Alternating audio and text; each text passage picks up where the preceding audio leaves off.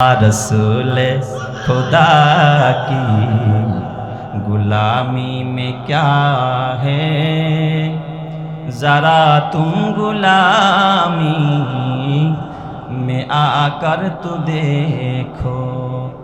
रसूल खुदा की गुलामी में क्या है, जरा तुम गुलामी में आकर तो देखो। गुलामी ये है बादशाही से बेहतर, इधर आओ किस्मत जगा कर तो देखो। हबीबे खुदा की गुलामों की आगे सारे ताजदारा भी कम हो रहे हैं। हबीबे खुदा की गुलामों की आगे सारे ताजदारा भी कम हो रहे हैं। उसी ताजदार की हकीकत ही क्या है, तुम उनकी गुलामी में आकर तो देखो। रसूल खुदा की गुलामी में क्या है, जरा तुम गुलामी में आकर तो देखो। ला इलाहा इल्लल्लाह मुहम्मदुर रसूलुल्लाह সাল্লাল্লাহু আলাইহি ওয়াসাল্লাম। এই জন্য আমার বাবা এই কোরআনের জন্য সাহাবায়ে কেরামের ত্যাগ সর্বোচ্চ ত্যাগ। এই কোরআনের জন্য আল্লাহর রাসূলের কি পরিমাণ ত্যাগ, কি পরিমাণ আল্লাহর রাসূল কুরবানি করেছেন এই কোরআনের জন্য। একজন সাহাবী হযরতে আসিম ইবনে সাবিত রাদিয়াল্লাহু তাআলা আনহু উহুদের যুদ্ধের পর যেই সমস্ত সাহাবায়ে কেরাম উহুদের জিহাদের ময়দানে উহুদের ময়দানে যারা যুদ্ধ করেছেন, এই গাজী সাহাবীদের ভিতরে একজন সাহাবী হযরতে আসিম ইবনে সাবিত, যিনি কোরআনের হাফেজ ছিলেন, বড় আলেম, সুন্দর তেলাওয়াত করতে পারতেন। মদিনার আর মক্কার হাফেজদের ভিতরে আলেমদের ভিতরে একজন দক্ষ এবং যোগ্য সাহাবীদের ভিতরে যার নাম আসছে হযরতে আসিম ইবনে সাবিত। উহুদের যুদ্ধে এই আসিম ইবনে সাবিত অনেক কাফেরকে জাহান্নামে পাঠাইছে। ওই যুদ্ধের ভিতরে একজন মক্কার প্রভাবশালী এক পরিবারের সন্তান, তাকে নিজ হাতে কতল করেছে, হত্যা করেছে হযরতে আসিম ইবনে সাবিত রাদিয়াল্লাহু তাআলা আনহু উহুদের যুদ্ধে। যার সন্তানকে হত্যা করেছে ওই ভদ্র মহিলার নাম সালাফা বিনতে সাঈদ। এই সালাফা উহুদের যুদ্ধের পরে সফর মাস যখন আসলো, সফর মাসের আগেই সালাফা বিনতে সাঈদ মক্কার ভিতরে ঘোষণা করলো, শুনো, আমার একমাত্র কলিজার টুকরা সন্তান, এই সন্তানটাকে হত্যা করেছে এই মক্কার হযরতে আসিম বিন সাবিত। এই আসিম বিন সাবিতকে যে হত্যা করতে পারবে তাকে আমি 100 উট পুরস্কার দিব। নাউজুবিল্লাহ বলেন। আসসালামু আলাইকুম ওয়া রাহমাতুল্লাহি ওয়া বারাকাতুহু। একটু মেহেরবানি করে সামনের দিকে অগ্রসর হই। এটা জান্নাতের বাগান। আশেপাশে দোকানপাটে, চায়ের স্টলে, বাসা বাড়িতে, গল্প গুজবে যে যেখানে আছি জান্নাতের বাগানে চলে আসি। আগামীকাল এখানে এই জান্নাতের বাগান কায়েম হবে না, উলামায়ে কেরামও আসবেন না।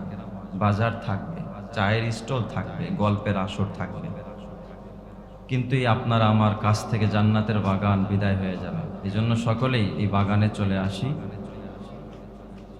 বক্তা পছন্দ নাও হতে পারে, বয়ান ভালো নাও লাগতে পারে, তারপরেও যদি আমরা এখানে নিজের ঈমান ও আমল ঠিক করার জন্য, আখিরাত সুন্দর করার জন্য এই মজমায় বসে যাই, কি ফায়দা হবে? মুসলিম শরীফের হাদিসে নবী আলাইহিস সালাম বলেন, নাজালাত আলাইহিমুস সাকিনা, যতক্ষণ বসে থাকবেন ততক্ষণ আপনাদের উপরে আসমানের মালিক আরশে আজিমের মালিক আরশে আজিম থেকে সাকিনা নামক রহমত বর্ষণ করতে থাকবে।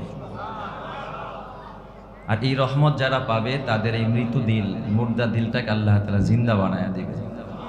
তারা নামাজ পড়া মজা পাবে, তারা দাঁড়িয়ে রেখা মজা পাবে, বয়ান শুনা মজা পাবে, তাদের কাছে দিন ভালো লাগবে। আর যাদের উপরে রহমত নাই, সাকিনা নাই, ওদের কাছে নামাজ মজা লাগবে না, দিন ভালো লাগবে না। ওরা গান শুনা মজা পাবে, ওরা নাচ দেখা মজা পাবে, ওরা টেলিভিশন দেখা মজা পাবে। আল্লাহ তাআলা আমাদের সকলকে দ্বীনের জন্য, ইসলামের জন্য, কোরআনের জন্য, আল্লাহর জন্য কবুল করেন। সকলেই বলি আমিন। আলহামদুলিল্লাহ আলহামদুলিল্লাহ নাহমাদুহু ওয়া নাস্তাঈনুহু ওয়া নাস্তাগফিরুহু ওয়া নু'মিনু বিহি ওয়া নাতাওয়াক্কালু আলাইহি ওয়া নাউযু বিল্লাহি মিন শুরুরি আনফুসিনা ওয়া মিন সাইয়্যাতি আ'মালিনা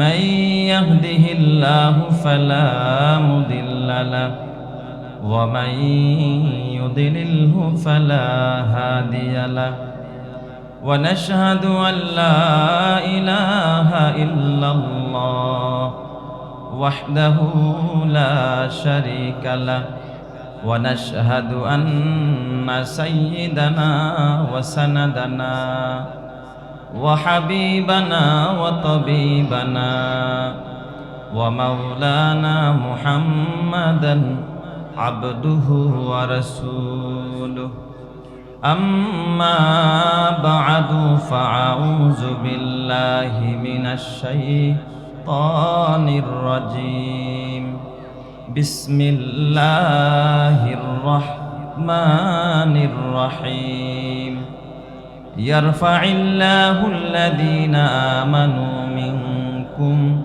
ওয়াল্লাযীনা উতুল ইলমা দারাজাত আমানতু বিল্লাহি সাদাকাল্লাহু মাওলানাল আযীম وقال سيدنا رسول الله صلى الله عليه وسلم العلماء ورثة الأنبياء وإن الأنبياء لم يورثوا دينارا ولا درهما إنما ورثوا العلم فمن أخذه أخذ بحظ وافر وصدق رسوله النبي الكريم ونحن على ذلك لمن الشاهدين والشاكرين والحمد لله رب العالمين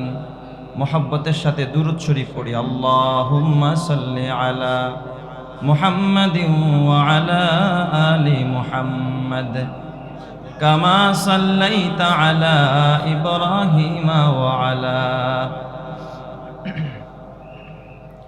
ইন্নাকা হামিদুম মাজিদ আল্লাহুম্মা বারিক আলা মুহাম্মাদিন ওয়া আলা আলি মুহাম্মাদ কামা বারাকতা আলা ইব্রাহিম ওয়া আলা আলি ইব্রাহিম ইন্নাকা হামিদুম মাজিদ ربنا لا تزغ قلوبنا بعد إذ هديتنا وهب لنا من لدنك رحمة إنك أنت الوهاب الحمد لله ঐতিহ্যবাহী জামিয়াতুল কুরআন ওয়াস সুন্নাহ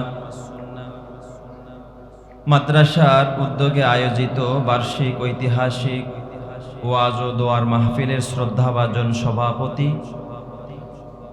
বাংলাদেশের উলামায়ে কেরামের এক উজ্জ্বল নক্ষত্র, উস্তাজুল আসাতিজা হযরতুল আল্লামা নাজমুল হাসান কাসেমি হাফিজাহুল্লাহ, মুহতামিম পত্র জামিয়া। আজকের মাহফিলের মধ্যমণি হিসেবে যিনি আমার পরে অত্যন্ত মূল্যবান নসিহা পেশ করবেন, নন্দিত আলেমে দ্বীন, প্রখ্যাত মুফাসসিরে কোরআন, বন্ধুবর হযরতুল আল্লাম মুফতি আব্দুল বাতেন কাসেমি হাফিজাহুল্লাহ। সর্বশেষ বয়ান পেশ করবেন তারুণ্যের আইডল হযরতুল আল্লাম শেখ মুফতি হাসান জামিল হাফিজাহুল্লাহ। এছাড়াও উপস্থিত আছেন অত্র এলাকার বিভিন্ন মাসাজিদ ও মাদারিসের দায়িত্বশীল দেগার ওলামায়ে কেরাম, আমন্ত্রিত মুআজ্জাজ মেহমান বৃন্দ, সামনে উপবিষ্ট আমার বাবার বয়সী মুরব্বীগণ, যুবক বন্ধুরা, ছাত্র ভাইয়েরা, পর্দার আড়ালে অবস্থানরত মাতৃতুল্য অত্যন্ত শ্রদ্ধেয়া সম্মানিতা আমার মা ও বোনেরা, শুকরিয়া আদায় করি মহান রব্বুল আলামিনের দরবারে, যিনি আমাকে এবং আপনাদেরকে বড় ভালোবেসে মহব্বত করে এক প্রতিকূল পরিবেশে এই জান্নাতের বাগানে যে মহান মালিক আমাদেরকে হাজির করে দিয়েছেন, সেই মালিকের দরবারে জবান ছেড়ে ভক্তি ভরে সমস্বরে মহব্বতের সুরে কালিমাতুশ শুকর আদায় করে বলি আলহামদুলিল্লাহ। আপনারা কি এখানে এসে খুশি না বেজার? তো খুশির আওয়াজ কি এত নিম্ন স্বরে হয় না উচ্চ স্বরে? এটা তো কোরআনের মজলিস, তাই না? আল্লাহওয়ালাদের মজলিস, জান্নাতের বাগান, সন্দেহ আছে? তো জান্নাতি মানুষের আওয়াজ, জান্নাতি মানুষের মানসিকতা জান্নাতীদের মতোই হতে হবে, কি বলেন, ঠিক কি না? এই জন্য আমরা এখানে এসে খুশি না বেজার? খুশি হয়ে থাকলে আকাশ বাতাস মুখরিত করে আল্লাহকে খুশি করার জন্য আবারও শুকরিয়া আদায় করি, বলি আলহামদুলিল্লাহ। আমি পবিত্র কোরআনুল কারীমের সূরা মুজাদালার 11 নং আয়াতের অংশ বিশেষ আপনাদের খেদমতে তেলাওয়াত করেছি। নবীজির অসংখ্য অগণিত আহাদিসে মোবারকা থেকে এক টুকরা হাদিস পড়েছি। আল্লাহ জাল্লা শানহু যদি তৌফিক দান করেন, তেলাওয়াতকৃত আয়াত এবং হাদিসের আলোকে অতি সংক্ষেপে কিছু আলোচনা পেশ করব। মজার কথা হলো, বসার আগেই শেষ ঘন্টা, মানে কখন ছাড়তে হবে নোটিশ এসে গেছে। তার মানে হলো অনেক আমন্ত্রিত বড় বড় ওলামায়ে কেরাম আছেন, এক এক ফুলের এক এক ঘ্রাণ। যত ওলামায়ে কেরাম বেশি আসবেন, প্রত্যেকের জবান থেকে যদি আমরা কিছু কথা নিতে পারি, হতে পারে এটা আপনার আমার হেদায়েতের জন্য, কামিয়াবির জন্য যথেষ্ট হবে। কথা ঠিক না? এই জন্য আমি আমার নির্ধারিত বিষয়ের উপরে নির্ধারিত সময়ের মাঝেই অতি সংক্ষেপে, যতটুকু না হইলেই নয় অতটুকুই আলোচনা করব। আল্লাহ তাআলা যেন কথার মাঝে, বলার মাঝে ইখলাস দান করে, কিছু সহি কথা বলার তৌফিক দান করে, সকলেই বলি আমিন।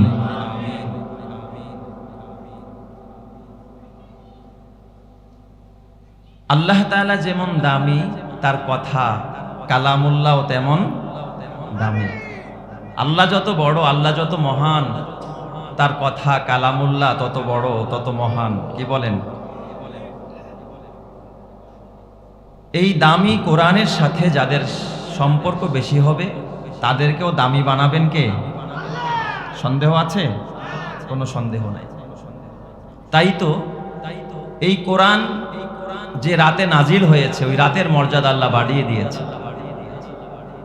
এই কোরআন যে মাসে নাজিল হয়েছে, ওই মাসের মর্যাদাও বাড়িয়ে দিয়েছেন কে? এই কোরআন যেই দেশে নাজিল হয়েছে, ওই দেশের মর্যাদা বাড়িয়ে দিয়েছেন কে? আল্লাহ। এই কোরআন যে কাঠের রেহালে রাখা হয়, ওই রেহালের কাঠের মর্যাদা কে বাড়িয়েছেন? অতএব এই কোরআন যদি কারো ছিনায়, কারো বক্ষে ধারণ করে, কেউ যদি এই কোরআনের ধারক বাহক হয়ে যায়, কেউ যদি অন্তরের ভিতরে কোরআনের আজমত আর মহব্বত লালন করে, ওই ব্যক্তির মর্যাদাও বাড়িয়ে দিবেন কে? আমি যে আয়াত পড়েছি, আল্লাহ তাআলা দুই শ্রেণীর মর্যাদাবান মানুষের আলোচনা এখানে করেছেন। দুই শ্রেণীর মানুষের আল্লাহ তাআলা মর্যাদা বাড়িয়ে দিয়েছেন। প্রথম হলো ইমানদার। সুবহানাল্লাহ বলতে ইচ্ছে হয় না? ইমানদারের মর্যাদা বাড়িয়ে দিয়েছেন কে? আল্লাহ। যদি সত্যিকারের কোনো মুমিন হয়, তাহলে আল্লাহ তাআলা তার মর্যাদা কি পরিমাণ বাড়িয়ে দেয়, কি পরিমাণ তার মর্যাদা হয়ে যায়, এই দুনিয়ার সমান ওই জান্নাতের মালিক আল্লাহ তাআলা তাকে বানায়া দেয়, যদি কেউ সত্যিকারে কি হয়, মুমিন। আর 2 নম্বরে আল্লাহ তাআলা বললেন, যাকে ইলম দেওয়া হয়েছে, ইলমের নূর যার ছিনায় আমানত রাখা হয়েছে, ইলম যাকে দেওয়া হয়েছে, ইলমের ধারক বাহক যিনি, তার মর্যাদাও বাড়িয়ে দিয়েছেন কে? আল্লাহ। এই কথাটাই আল্লাহ স্পষ্ট সূরা মুজাদালার 11 নং আয়াতের অংশ বিশেষ আল্লাহ তাআলা স্পষ্ট করেছেন। আল্লাহ বলেন, ইয়ারফাইল্লাহুল্লাযীনা আমানু মিনকুম, তোমাদের মধ্যে যারা ঈমান এনেছে তাদের মর্যাদাকে আল্লাহ বাড়িয়ে দিয়েছে। সুবহানাল্লাহ বলেন, ওয়াল্লাযীনা উতুল ইলমা দারাজাত, এবং ঈমানের পরে যারা ইলম পেয়েছে, যাদের সিনায় ইলম আছে, যাদের বক্ষে ওহীর জ্ঞান আছে, তাদের মর্যাদাও 1 গুণ আর 2 গুণ নয়, দারাজাত, জমা শব্দ ব্যবহার করা হয়েছে, অসংখ্য অগণিত মর্যাদা তাদেরকে দান করা হয়েছে। এই জন্য আলেমদের মর্যাদা, আলেমদের ইজ্জত আল্লাহর কাছে সবচাইতে বেশি। তাই তো আল্লাহর রাসূল হাদিসে পাকে ইরশাদ করেছেন, খায়রুকুম মান তাআল্লামাল কুরআনা ওয়া আল্লামা, এই পৃথিবীতে সেরা মানুষ, শ্রেষ্ঠ মানুষ, মর্যাদাপূর্ণ মানুষ, দামি মানুষ তারাই যারা কোরআন শিখে এবং কোরআন শিখায়। এই যে আপনারা এখানে কোরআন শিখার জন্য এসেছেন, আপনার সাউন্ডটা একটু ভলিউম কমায় দিয়ে ইনশাআল্লাহ। হ্যাঁ, মাশাআল্লাহ, খুব জজবা। হ্যাঁ, আল্লাহ কবুল করেন, সবাই বলি আমিন। সুস্থতার নিয়ামত দান করে, সবাই বলি আমিন। তো পৃথিবীর ভিতরে যারা কোরআন পড়ে আর পড়ায়, তারাই হলো সবচাইতে সেরা মানুষ। এই সেরা মানুষগুলোর এতটা মর্যাদা, ওরা যখন রাস্তা দিয়ে হেঁটে যায়, একজন তালিবুল ইলম, আল্লাহর রাসূল বলেন, ওয়া ইন্নাল মালাইকাতা লাতাদাউ আজনিহাতাহা রিদান লিতালিবিল ইলমি, ওই তালিবুল ইলমের সম্মানে, ওই তালিবুল ইলমের মর্যাদাকে বৃদ্ধি করার জন্য নূরের ফেরেশতাদেরকে আল্লাহ তাআলা নূরের ডানাগুলো তাদের পায়ের নিচে বিছিয়ে দেওয়ার অর্ডার করে দেয়, আর সাথে সাথে তারা নূরের ডানাগুলো পায়ের নিচে বিছিয়ে দেয়। সুবহানাল্লাহ। এই জন্য আলেম ওলামা আমাদের মাথার তাজ। এই কথার সাথে কি আপনারা একমত না দ্বিমত? বলেন, আলেম ওলামার আমাদের মাথার তাজ। ওলামায়ে কেরাম আমাদের জন্য মাইল ফলক। কেউ যদি ওলামায়ে কেরামের রাস্তায় চলে, ওলামায়ে কেরামের বাতলানো পথ অনুসরণ করে, সে নাজাত পেয়ে যাবে। ইব্রাহিম খলিলুল্লাহ তার পিতা আজরকে একদিন নসিহত করতেছিলেন, ইয়া আবাতি ইন্নী কদ জাআনি মিনাল ইলমি মা লাম ইয়াতিকা ফাত্তাবি'নি আহদিকা সিরাতান সাবিয়্যা। ইব্রাহিম খলিলুল্লাহ মুসলমানদের জাতির পিতা, তার স্বীয় পিতা আজরকে একদিন নসিহত করে বলে, আব্বাজান, ও আমার আদরের পিতা, ইন্নী কদ জাআনি মিনাল ইলমি, আব্বা গো, আল্লাহ আমাকে ইলম দিয়েছে, আমি ইলম আছে আমার। মা লাম ইয়াতিকা, যে ইলম আপনার নাই। আপনি আলেম না, আমি আলেম। আপনি বয়সে বড় হতে পারেন, আমি আপনার সন্তান, আপনার ছোট হতে পারি আব্বা। আমি ছোট, আপনি বড়, এই জন্য আদেশ করছি তা না। আমি আলেম, আপনি আলেম না। আল্লাহ আমার ইলম দিছে, আপনার ইলম দেয় নাই। ফাত্তাবি'নি, আব্বা গো, আপনি আমার ইত্তেবা করেন, আমার অনুসরণ করেন। আমি যেই পথ দেখাই, আমার দেখানো পথে চলেন। বাবা, লাভ কি হবে জানেননি? আহদিকা সিরাতান সাবিয়্যা। আব্বা যদি আপনার আমার দেখানো পথে চলতে পারেন, আলেমের দেখানো পথে চলতে পারেন, আল্লাহ তাআলা আপনাকে সিরাতে মুস্তাকিম দেখায়া জান্নাতি করে দিবে। চিৎকার মেরে বলেন না আল্লাহু আকবার।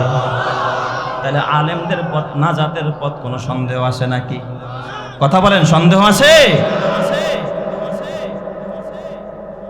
এই কোরআন বড় দামি কোরআন, এই কিতাব বড় দামি কিতাব। এই কোরআনের সাথে যার সম্পর্ক হয়, ওই মানুষটার দাম বেড়ে যায়। আপনারা জানেন, নবীর যুগে কয়েকজন সাহাবী যারা সুন্দরভাবে কোরআন পড়তে পারতেন। কোরআনের পাখিদের ভিতরে একজন পাখি ছিল মদিনার ভিতরে, হযরতে উবাই ইবনে কাব রাদিয়াল্লাহু তাআলা আনহু। মধুর কণ্ঠে কোরআন পড়তেন হযরতে উবাই। মক্কার ভিতরে আরেকজন সাহাবী যিনি সুন্দর কণ্ঠে কোরআন পড়তেন, ওই সাহাবীর নাম হযরত আব্দুল্লাহ ইবনে মাসউদ রাদিয়াল্লাহু তাআলা আনহু। সাহাবায়ে কেরামের ভিতরে বহু আলেম ছিলেন, বহু হাফেজে কোরআন ছিলেন। যখন এই কোরআনের যেই আয়াতটা নাজিল হতো, সাহাবায়ে কেরামদের মধ্য থেকে কিছু কিছু সাহাবায়ে কেরাম ওই আয়াতটাকে, কোরআনের ওই অংশটাকে সাথে সাথে মুখস্থ করে নিতেন, হেফজ করে নিতেন। চিৎকার মেরে কন্না সুবহানাল্লাহ। হযরত আব্দুল্লাহ ইবনে মাসউদের তেলাওয়াত নবীজি মাঝে মাঝেই শুনতেন। মুসলিম শরীফের হাদিসে এসেছে, রহমতে আলম নবী একদিন আব্দুল্লাহ ইবনে মাসউদকে বলেন, ইকরা আলাইয়াল কোরআন। ও আব্দুল্লাহ ইবনে মাসউদ, তুমি আমার সামনে একটু খোদার কোরআন তেলাওয়াত করো। আব্দুল্লাহ ইবনে মাসউদ বললেন, ওয়া আলাইকা উনজিলাল কোরআন ইয়া রাসূলুল্লাহ, আপনার উপরে কোরআন নাজিল হয়েছে আর আমি কোরআন পড়ব। নবীজি বললেন, তোমার জবানে কোরআন শুনতে আমি বড় মজা পাই। সুবহানাল্লাহ, একটু পড়ো না। হযরত আব্দুল্লাহ ইবনে মাসউদ রাদিয়াল্লাহু তাআলা আনহু কোরআন পড়তেছিলেন, কোরআন নবীজি শুনতেছিলেন আর সাহাবী কোরআন পড়তেছিলেন। কোরআন পড়তে পড়তে যখন এই আয়াত বললেন, ফাকাইফা ইজা জিনা মিন কুল্লি উম্মাতিন বিশাহিদ ওয়া জিনা বিকা আলা হাউলাই শাহীদা। এই আয়াত যখন পড়লেন, সাহাবী আব্দুল্লাহ ইবনে মাসউদ বলেন, আমি তাকায়া দেখি ওয়া আইনাহু তাজরিফান, নবীর দুইটা চোখ দিয়ে গাল বেয়ে বেয়ে অজরে পানির ফোঁটা গড়াইতেছে। চিৎকার মেরে কান্না আল্লাহু আকবার। নবীজি কোরআন শুনে কি করতেছে? আরো জোরে বলেন, কি করতেছে? কান্না করতেছে। নবীজি বললেন, যথেষ্ট আব্দুল্লাহ, পড়তে হবে না। কারণ নবীজি আয়াত শুনে কেন কাঁদতেছিলেন? কারণ আল্লাহ তাআলা বলেন, ফাকাইফা ইজা জিনা মিন কুল্লি উম্মাতিন বিশাহিদ। আল্লাহর নবী বুঝাইতে চায়, কিয়ামতের ময়দানে সব নবীদেরকে তার উম্মতের বিরুদ্ধে আল্লাহ তাআলা শাহিদ হিসাবে ডাকবে, সাক্ষী হিসাবে ডাকবে। সব নবীরা, আদম নবী তার উম্মতের মধ্যে যারা দিন মানে নাই তাদেরকে দেখায়া দিবে। নূহ নাজিহুল্লাহ যারা দিন মানে নাই, তার দাওয়াত মানে নাই, তাদেরকে ধরায়া দিবে। মুসা কালিমুল্লাহ উম্মতদেরকে ধরায়া দিবে। হযরতে ঈসা রূহুল্লাহ উম্মতদেরকে ধরায়া দিবে যারা দিন মানে নাই। আল্লাহর নবী ফাকাইফা ইজা জিনা মিন কুল্লি উম্মাতিন বিশাহিদ ওয়া জিনা বিকা আলা হাউলাই শাহীদা। সেই দিন আমাকেও সাক্ষী হিসাবে ডাকবে, আমি আমার গুনাহগার উম্মতকে হাসরের ময়দানে ধরায়া দিতে পারবো না। চিৎকার মেরে কন্না আল্লাহু আকবার। কতটা উম্মতের দরদি আমার নবীর, এত শান আর এত মান। আমার বাবা খবরদার, খবরদার, যেই নবীর প্রশংসা স্বয়ং আরশের মালিক করলেন, যেই নবীকে আল্লাহ তাআলা একবারও ইয়া মুহাম্মদ বলে ডাক দেয় নাই, আল্লাহ তাআলা আদম সফিউল্লাহকে নাম নিয়ে নিয়ে কোরআনে সম্বোধন করলেন, ইয়া আদম উসকুন আনতা ওয়া যাওজুকাল জান্নাহ। আল্লাহ তাআলা নূহকে ডাক দিয়া বলেন, ইয়া নূহ ইন্নাহু লাইসা মিন আহলিক। আল্লাহ তাআলা জাকারিয়াকে ডাক দিলেন, ইয়া জাকারিয়া ইন্না নুবাশশিরুকা বিগুলামিন ইসমুহু ইয়াহইয়া লাম নাজআল লাহু মিন ক্বাবলু সামিয়া। আল্লাহ তাআলা জাতির পিতাকে ডাক দিলেন, ইয়া ইব্রাহিম ক্বাদ সাদ্দাকতার রুয়া ইন্না কাযালিকা নাজজিল মুহসিনিন ইন্না হাযা লাহু বালাগুল মুবিন ওয়া ফাদাইনাহু বিযিবহিন আযীম। আল্লাহ তাআলা দাউদকে ডাকলেন, ইয়া দাউদ ইন্না জাআলনাকা খলিফাতান ফিল আরদ। হে দাউদ, আমি তোমাকে জমিনের খলিফা বানাইলাম। আল্লাহ তাআলা হযরতে ইয়াহইয়াকে ডাকলেন, ইয়া ইয়াহইয়া খুজিল কিতাবা বিকুওয়া। আল্লাহ তাআলা সব নবীদেরকে নাম নিয়ে নিয়ে ডাকলেন, কিন্তু আমার নবীকে একবার মুহাম্মদ কয় না। আল্লাহ আমার নবীকে মুদ্দাসসির কয়া ডাকে, আল্লাহ আমার নবীকে মুজাম্মিল কয়া ডাকে, আল্লাহ আমার নবীকে বাশির কয়া ডাকে, আল্লাহ আমার নবীকে নাজির কয়া ডাকে, আমার নবীকে আল্লাহ তাহা কয়া ডাকে, আমার নবীকে আল্লাহ ইয়াসিন বইলা ডাকে। আর বর্তমানে কোন গণ্ড মূর্খ বক্তা যদি আমার নবীকে সাংবাদিক বলে, আমার নবীকে তুচ্ছ তাচ্ছিল্যের ভাবে শব্দ ব্যবহার করে, নবীর সাথে গোস্তাকি করে, অবশ্যই তার প্রকাশ্যে ক্ষমা চাওয়া উচিত। কথা ঠিক কিনা? কোন জ্ঞান পাপী যদি এই কথা বলে যে নবী শব্দের অর্থ হলো সাংবাদিক, নবী নাকি সাংবাদিক।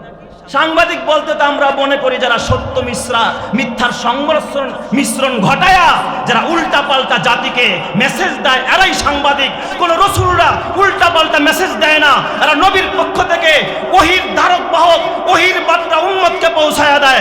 নবীকে সাংবাদিক বলা চরম দৃষ্টতা, চরম মূর্খতা, চরম ধরনের বেয়াদবিকতা। ঠিক না ঠিক জায়গা?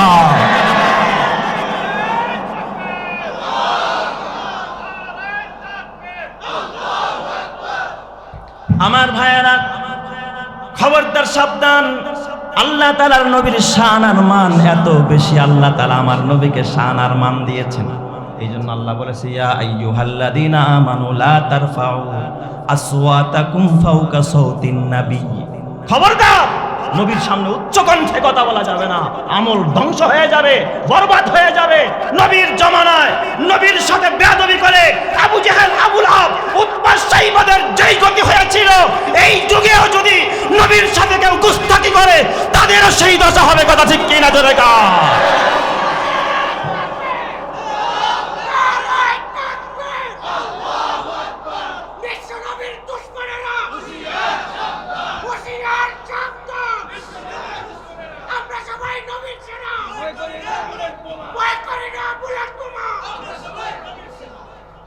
এই জন্য আমার বাবা খবরদার, সাহাবায়ে কেরাম এই কোরআনের জন্য কতটা ত্যাগ আর কোরবানি সাহাবায়ে কেরাম দিয়েছেন।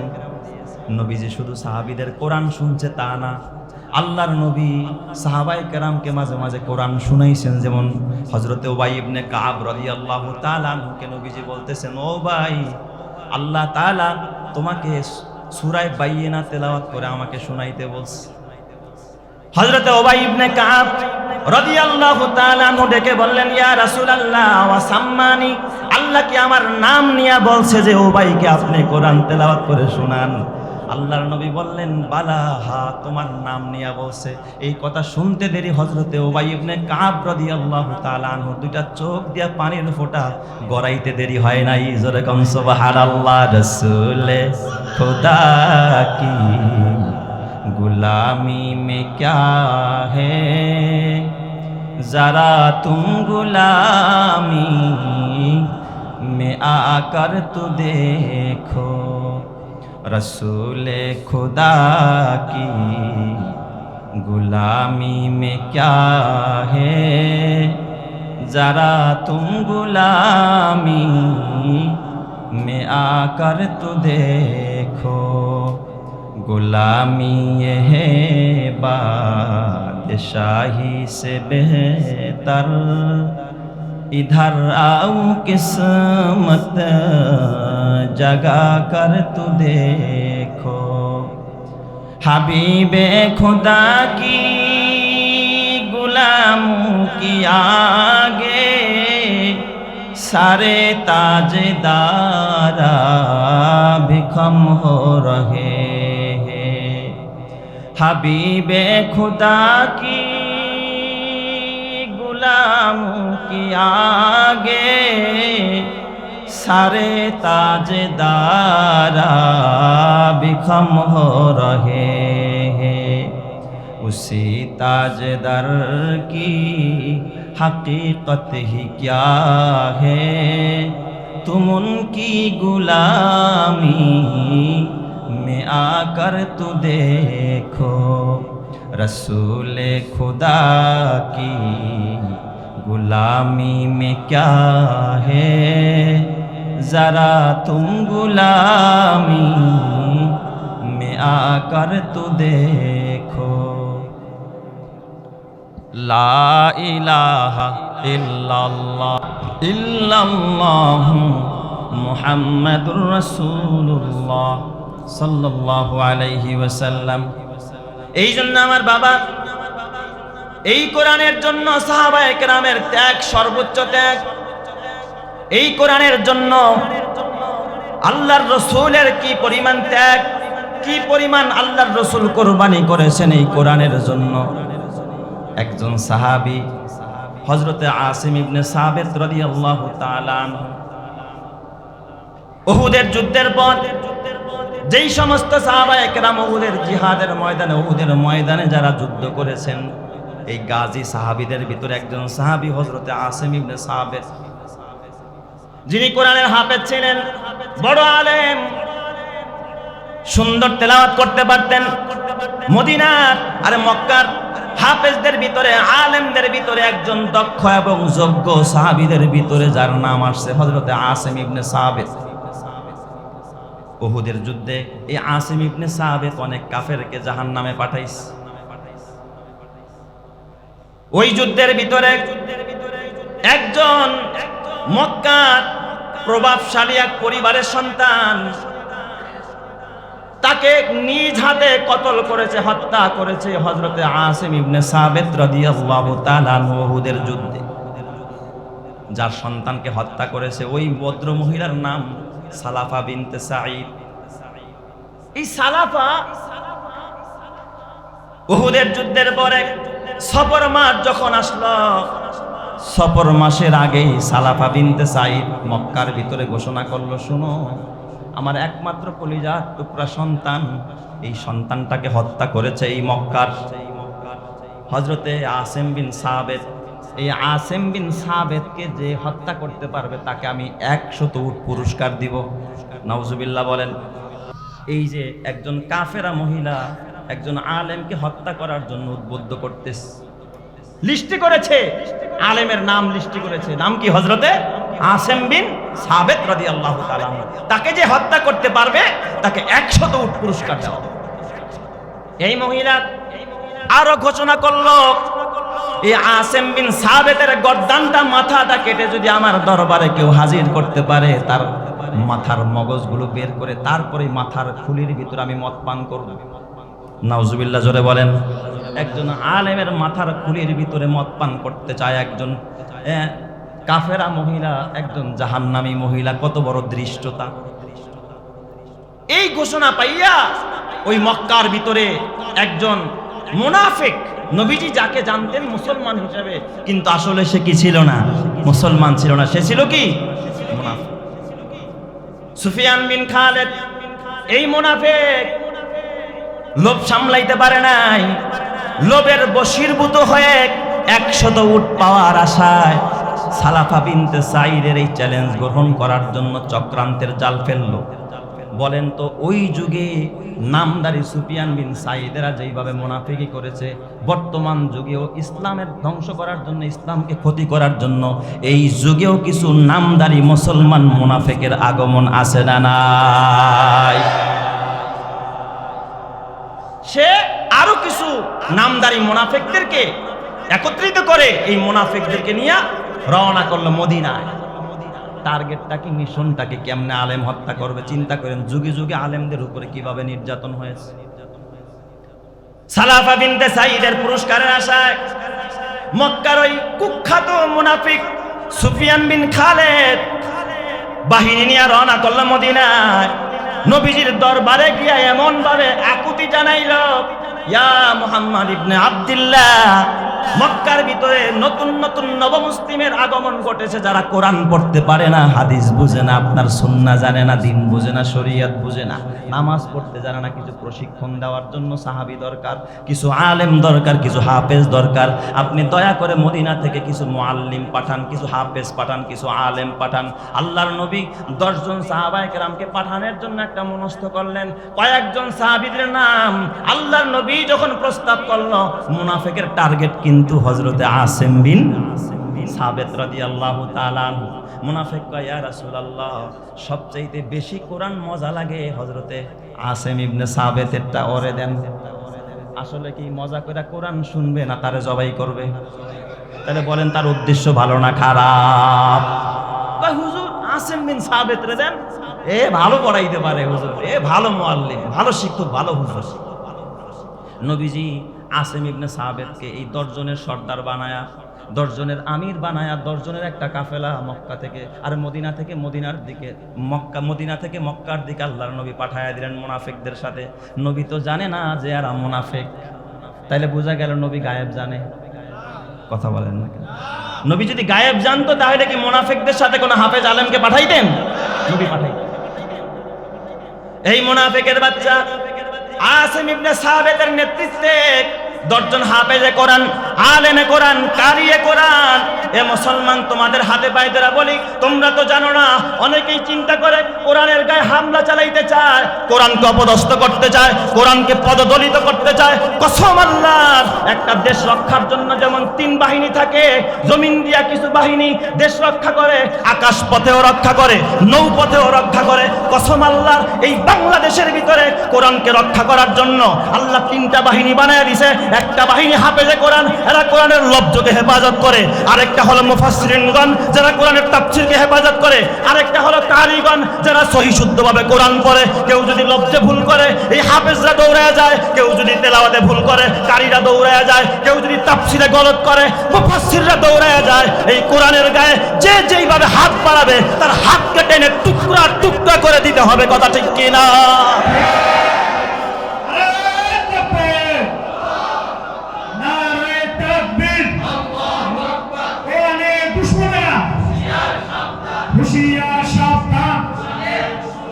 আমার ভাইয়েরা, আপনারা জানেন সময় অতি সংক্ষিপ্ত, লম্বা করার সময় আমার হাতে নাই। আপনারা জানেন যুগে যুগে এই কোরআনকে নিঃশেষ করার জন্য নানা ষড়যন্ত্রে এই কাফেররা মেতেছিল। আপনারা শুনেছেন সেই ব্রিটেন থেকে এক খ্রিস্টান পাদ্রী, বাইবেলের আলেম, ভারতের শাহ আব্দুল আজিজ মুহাদ্দিসে দেহলভী রাহমাতুল্লাহ আলাইহির কাছে এসেছিল কোরআনের সাথে বাইবেলকে মোকাবেলা করার জন্য। সে বাইবেলের গায়ে মেডিসিন মাইখা আনছে যে জ্বালায়া দিব, জ্বালাইব করবো না তো আমাদের বাইবেল ভালো, আর কোরআন পুইরা যাবে, কোরআন ভালো না। আইসা চ্যালেঞ্জ ছুটছে ফাঁকা মাঠে, কয় আমরা এখন বাইবেলকে আগুনে ফেলবো আর কোরআনকে আগুনে ফেলবো। যেটা পুড়ে যায় বুঝবো ওইটা মিথ্যা ধর্ম, যেটা পুড়বে না ওইটা সত্য ধর্ম। আসলে বাইবেলের গায়ে মাখছে কি? মেডিসিন। তাহলে ওর শক্তি কি আল্লাহর উপরে না মেডিসিনের উপরে? আরো জোরে বলতে হবে কিসের উপরে? বিশাল বড় হাক ডাক শাহ আব্দুল আজিজ মুহাদ্দিসে দেহলভী রাহমাতুল্লাহ আলাইহি চ্যালেঞ্জের মোকাবেলা গ্রহণ করলেন। তিনি গিয়া বলেন, ও পাদ্রী সাহেব, বাইবেল একটা ভালো কিতাব, এটাকে কোরআনের দরকার নাই। কোরআন পবিত্র কিতাব, কোরআনের দরকার নাই। আমি কোরআনের লিডার, কোরআনের হাফেজ আলেম, আপনি তো বাইবেলের লিডার, বাইবেলের নাকি আপনি একজন আলেম। তাহলে আমরা কোরআন ফেলবো না, আমরা বাইবেল আগুনে ফেলবো না। আসেন আগুন জ্বালাই।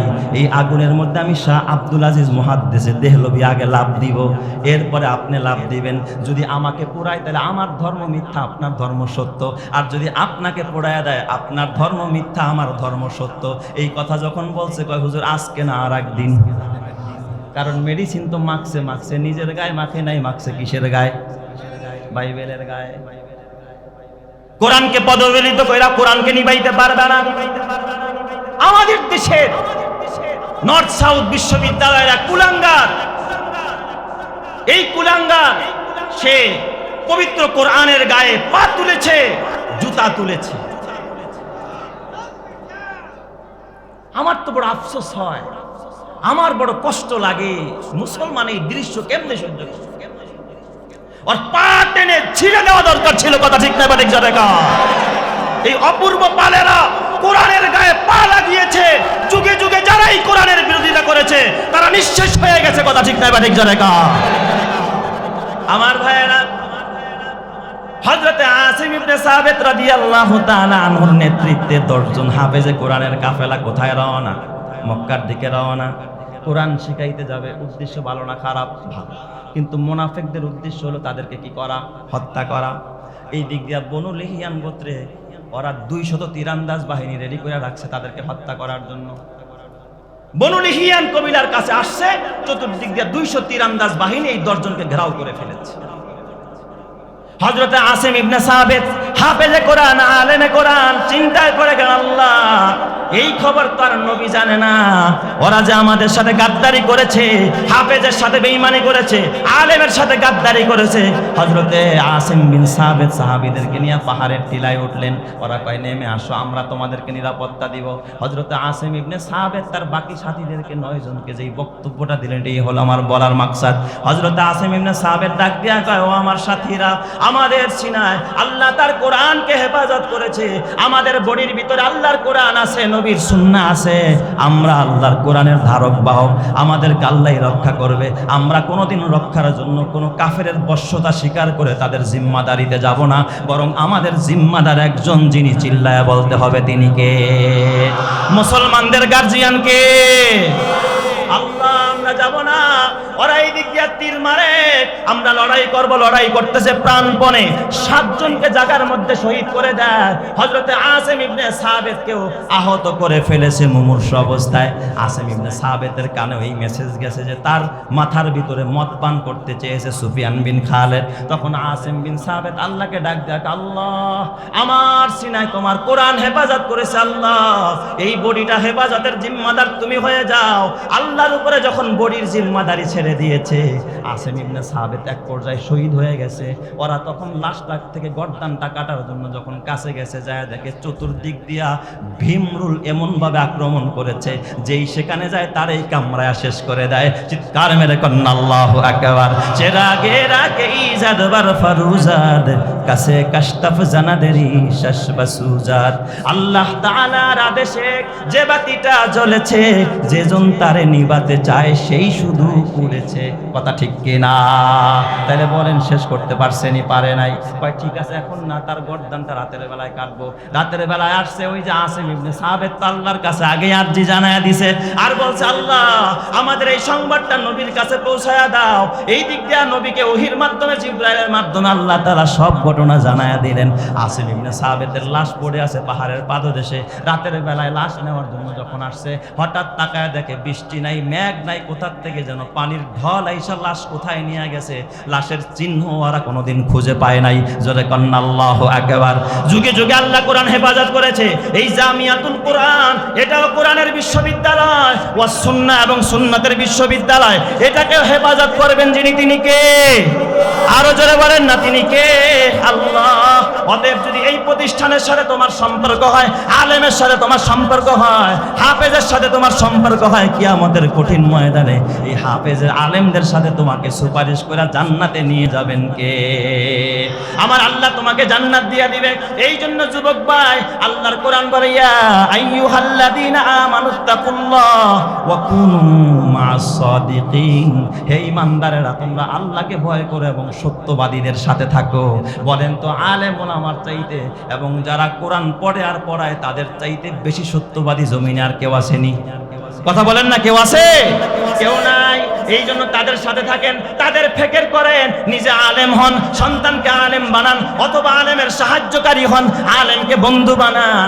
আপনার সন্তানের জন্য কত চিন্তা, কত গাড়ি করলেন, বাড়ি করলেন, কত কিচ্ছু করলেন, কিন্তু আপনি বলেন তো, কিয়ামতের কঠিন ময়দানে আপনার একটা সন্তান কি কোনোদিন আপনার এই গুনার বোঝা মাথায় নেবে নাকি? কথা বলেন, নিবে?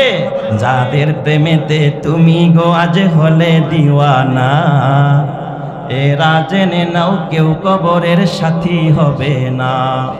যাদের প্রেমেতে তুমি গো আজ হলে দিওয়ানা, এরা জেনে নাও কেউ কবরের সাথী হবে না। কেউ বুঝা তোমার নিবে না সেই হাসর ময়দানে, কি আমল তুমি করলে নিয়ে যাবে সেইখানে। ফুল ফুটে যেমন ঝরে তেমন খোদার বাগানে, আয়ু কতক্ষণ কার এখানে কে বলো জানে। এই মহল কোঠা সোনা দানা সব পরে রবে, এই সব কবরে নিয়ে গেছে কে বলো কবে। এই মহল কোঠা সোনা দানা সব পরে রবে, এই সব কবরে নিয়ে গেছে কে বলো কবে। 2 গজ জমি কয়েক গজের ওই সাদা কাফন, শুধু এইটুকুতে হবে তোমার জেনে নাও দাফন। যা পুঁজি তোমার, যা পুঁজি তোমার এখনো তার বুঝলে না মানে, কি আমল তুমি করলে নিয়ে যাবে সেইখানে। আল্লাহ তুমি আখিরাতের পুঁজি সঞ্চার করার তৌফিক দান করো। জোরে কান আমিন। আরো জোরে বলেন আমিন। এই জন্য আমার বাবা হাতে পায়ে ধরে বলে যায়, এই হাফেজেরা, এই আলেমেরা তোমার বন্ধু, দুনিয়াতে বন্ধু। কারণ মইরা দেখো, মরার পরে তোমার লাশ পাহারা কোনো নেতায় দেয় না, কোনো নেত্রী দেয় না, এলাকার চেয়ারম্যান লাশ পাহারা দেয় না, ছাত্র দিয়া কোরআন পড়ায় লাশ পাহারা দেয়। তোমার খাটিয়াটা ধনী মানুষরা ধরে না, গরিবরা ধরে। তোমার 40 দিন দোয়া এবং তোমার কবরের পাশে গিয়া জিয়ারত, যত দোয়া আছে সব আলেম ওলামারা করে। কথা ঠিক না বেঠিক জোরে কর। তাইলে বাবা, যাদেরকে বন্ধু বানানো দরকার তাদেরকে বন্ধু বানাইলে না। ও আমার বাবা, তোমরা জানো না এই মাদ্রাসাগুলোতে মাঝে মাঝে এতিম সন্তান পড়াশোনা করে, যাদের কথা বলতে গেলে কলিজাটা ফেটে যায়। আমার মাদ্রাসা মিরপুর 11, গত 2 বছর আগের ঘটনা। আমরা যখন হাফেজ ছাত্রদেরকে পাগড়ি দিব এবং যারা আলেম হয়ে গেল তাদেরকে যখন পাগড়ি দিব, ছাত্রদেরকে বললাম তোমাদের গার্জিয়ানদেরকে দাওয়াত দাও, তারাও এই পাগড়ি অনুষ্ঠানে আসবে, তাদেরকে আমরা সম্মানিত করব, মেহমানদারি করব। আমার হেফজখানার একটা বাচ্চা আসরের নামাজের পর নামাজ পড়ে যখন হুজরায় ঢুকলাম, দেখি আমার পিছনে পিছনে বাচ্চাটা আমার রুমের মধ্যে ঢুকছে। আর দেখি ভিতরে ঢুকে আমাকে সালাম দিয়া মাথাটা নত করে নিচে দিয়া তারপরে খাটের সামনে বসে আছে। জিজ্ঞাসা করলাম, বাবা তোমার এই হালাত কেন, মনটা বেজার কেন? 2 দিন পরে মাদ্রাসার মাহফিল, তুমি মন খারাপ করছো কেন? হুজুর আপনি তো ঘোষণা দিয়েছেন গার্জিয়ানদেরকে মাদ্রাসা আসার জন্য। আমার গার্জিয়ান তো আমার বাবা ছিল, আমার বাবা নাই। গত 2 বছর আগে আমার বাবা ইন্তেকাল করেছে হুজুর, আমার বাবাই তো আজকের এই মাহফিলে আসবে না। আমার পাগড়ি দেখা দেওয়াটা আমার বাবা দেখবে না। আমি বললাম, বাবা কি হয়েছে? বাবা নাই। তোমার মাকে দাওয়াত দিবা, তোমার মা আসবে। কয় হুজুর আমার মাঝে আসবে। আমার মা, আমার বাবার ইন্তেকালের পর আমার মার তো আরেক জায়গায় বিয়ে হয়ে গেছে, আমার মাও তো আসতে পারবে না। হুজুর এখন আমার পাগড়ি দেখার কেউ নাই। আমার বাবা কত কেঁদেছিল, আল্লাহ যদি একটা ছেলে হাফেজ বানাও, হাফেজ সন্তানটা আমার জানাজা পড়বে, আমার জন্য দোয়া করবে। আজকে তো আমার বাবা আমার পাগড়ি দেখবে না। ছেলেটার কান্নায় যেন আমার দিল ভেঙে গেল। এ যুবক ভাই, তোর হাতে পায়ে ধরে বলে যায়, বুকে হাত দিয়া বল, তুই মরে গেলে তোর কবরের পাশে দাঁড়ায়া কাদার মতো কয়জন সন্তান বানায় গেলি। রব্বির হামহুমা কামা রব্বায়ানি সগীরা। এই দোয়া করার মতো সন্তান তোমার জমিনে নাই। এই মাদ্রাসার বাচ্চাগুলো হলো তোমার রুহানি সন্তান। এরা দোয়া করবে, রাস্তা দিয়া যায়, কবর দেখলে সালাম দেয়। অথচ যেই সন্তান টিভি দেখে, গুনাহ করে, জিনা করে, ব্যভিচার করে, তার জন্য ব্যতিব্যস্ত হইলা, এদের জন্য হইলা না। এরাই তোমার আসল সন্তান, রুহানি সন্তান। এই জন্য আমার বাবা, ওদের জন্য ব্যস্ত হয়ে লাভ নাই। যাদের জন্য ব্যস্ত হলে কিয়ামতে নাজাত পাওয়া যায়, এদের জন্য একটু ফিকির করো। এই মাদ্রাসার লিল্লাহ ফান্ডে এতিমদের জন্য, কোরআনের হাফেজদের জন্য। আমি এখানে এমন একজন মুসলমান চাই যে হুজুর হেফজখানার এতিম ছাত্রদের জন্য, কোরআনওয়ালাদের জন্য আমি ইনশাল্লাহ প্রত্যেক মাসে 1 বস্তা করে চাউল দিব। 12 মাস আমি 12 বস্তা চাউল এই মাদ্রাসায় দিব। এমন কোন আল্লাহর বান্দা আছেন একটু হাত তুলা ওয়াদা করবেন, তাকে আল্লাহ তাআলা আলেমের বন্ধু বানাবে।